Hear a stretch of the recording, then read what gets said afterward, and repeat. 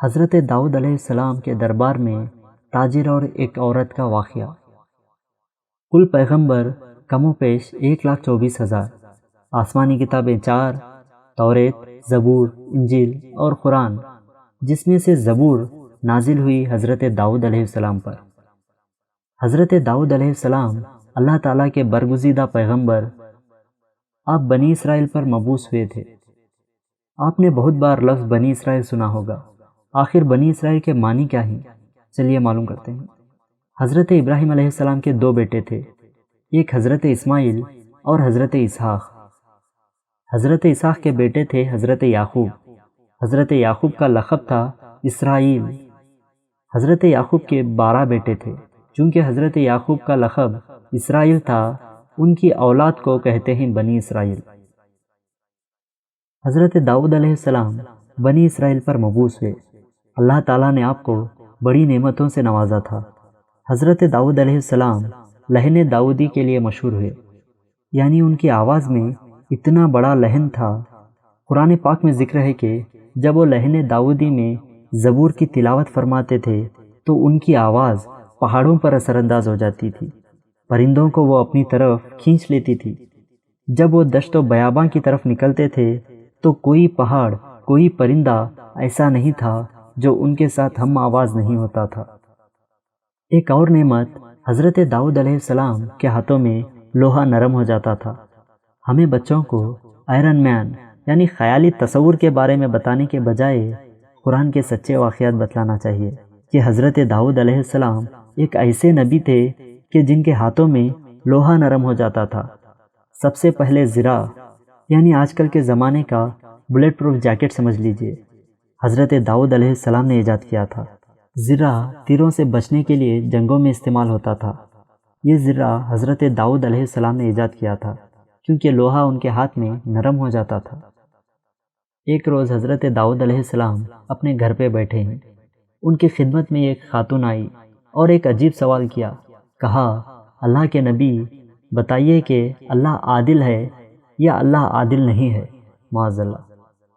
حضرت داؤد علیہ السلام کو جلال آیا، کہنے لگے کہ میرا رب سراسر عدل ہے، وہ کسی پہ ظلم نہیں کر سکتا، یقیناً میرا رب عادل ہے۔ اس کے بعد حضرت داؤد نے اسی عورت سے سوال کیا، آخر اس سوال کے پیچھے کیا ماجرا ہے، وجہ کیا ہے؟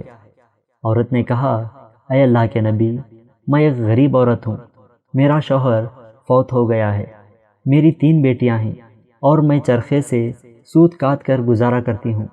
میں دن بھر محنت کرتی ہوں، کبھی کبھی راتوں کو جاگ کر کے چرخے سے سوت کاٹتی ہوں، رزق حلال کماتی ہوں، کبھی غلط راہ پر نہیں چلی۔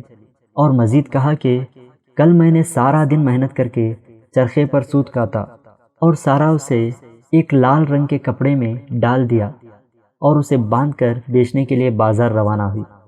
ابھی میں راستے میں ہی تھی کہ اچانک ایک بہت بڑا پرندہ مجھ پر جھپٹا اور وہ سرخ رنگ کا کپڑا جس میں میں نے سوت باندھا ہوا تھا شاید گوشت سمجھ کر لے اڑا۔ یہ تو میری کل حلال کمائی تھی، یہ کیا عدل ہو رہا ہے میرے ساتھ؟ ابھی وہ یہ داستان بیان کر ہی رہی تھی کہ اس دوران 10-12 تاجر حضرت داؤد کی خدمت میں حاضر ہوئے۔ ان میں سے ہر ایک کے ہاتھ میں 100 دینار تھے۔ تاجروں نے عرض کیا، اے اللہ کے نبی، یہ ہمارے پیسے ہیں، انہیں آپ مستحق لوگوں تک پہنچا دیجیے۔ حضرت داؤد نے کہا، ٹھیک ہے، اچھی بات ہے، لیکن یہ مال میرے پاس کیوں لائے ہو؟ کیا بات ہے؟ تاجروں نے جواب دیا کہ اے اللہ کے نبی، ہم سب تاجر ایک کشتی میں سوار تھے، سکون سے منزل کی جانب رواں دواں تھے کہ اچانک طوفان آیا اور کشتی ایک چٹان سے ٹکرانے کی وجہ سے اس میں ایک سوراخ ہو گیا، پانی کشتی میں داخل ہونا شروع ہو گیا، موت ہمیں سامنے نظر آنا شروع ہو گئی۔ ہم جس چیز سے بھی اس سوراخ کو بند کرتے وہ بند نہ ہوتا۔ یہ وہ لمحہ ہے جب ہم نے اللہ سے منت مانی کہ اے خداوند کریم، اگر تو ہمیں اس طوفان سے نجات دے دے تو ہم میں سے ہر ایک 100 دینار تیری راہ میں صدقہ کرے گا۔ اس دوران جب ہم نے منت مانگی، ایک عجیب و غریب واقعہ ہوا۔ ایک بہت بڑا پرندہ منڈلاتا ہوا کشتی پر آیا، اس کے پنجے میں ایک لال رنگ کی پوٹلی تھی۔